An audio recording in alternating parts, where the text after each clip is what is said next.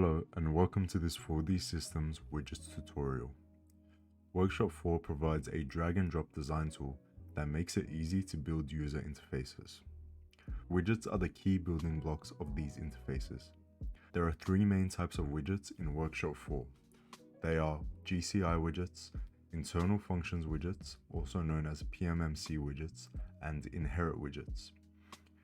Each widget type gives you different options depending on your project needs and hardware requirements. All widgets in Workshop 4 are fully customizable and are available in both the Visi and ViSi-Genie development environments. GCI digits are commonly used to display values or status information on your screen.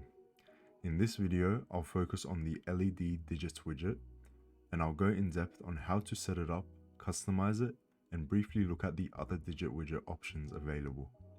The LED digit widget displays numbers using a digital style segment-based design. It's perfect for things like timers, counters, or status displays.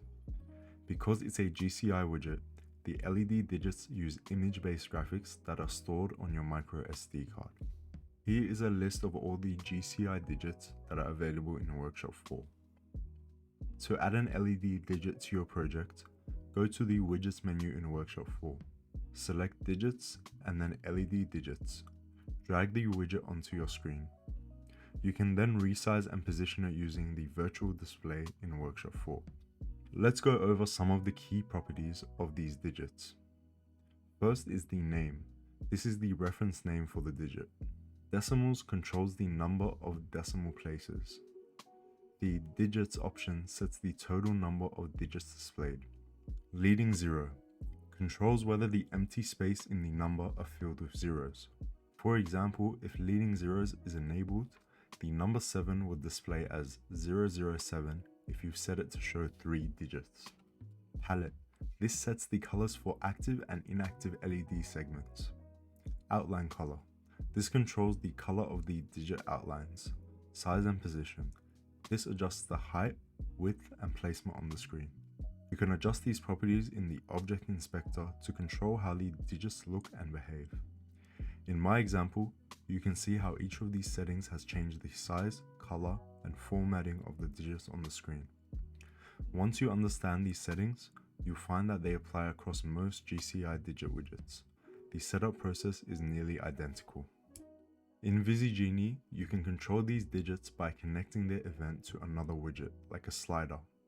For example, if I drag in my LED digits, then go to Input and drag in a slider, I can link the slider's on-changing event to the digits.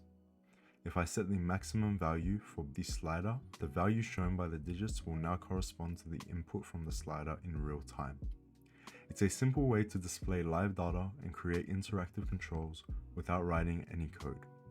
In the Visi environment, you will have to write your own 4D GL code. I will link this example project in the video description if you would like to explore that further. Let's quickly go through other digits that are available in Workshop 4. Custom digits. This lets you design your own digit graphic using bitmap images. Each digit must be the same size in the image file. It supports both signed and unsigned number displays. The same setup and customization principles you've seen with the LED digits apply here. You can adjust the look, size, and behavior directly in Workshop 4. So that's the LED digit widgets. A great way to display numbers and live status updates on your display. Once you've customized it, you can easily connect it to other widgets like sliders to display changing values in real time. Thank you for watching and stay tuned for more 4D Systems tutorials.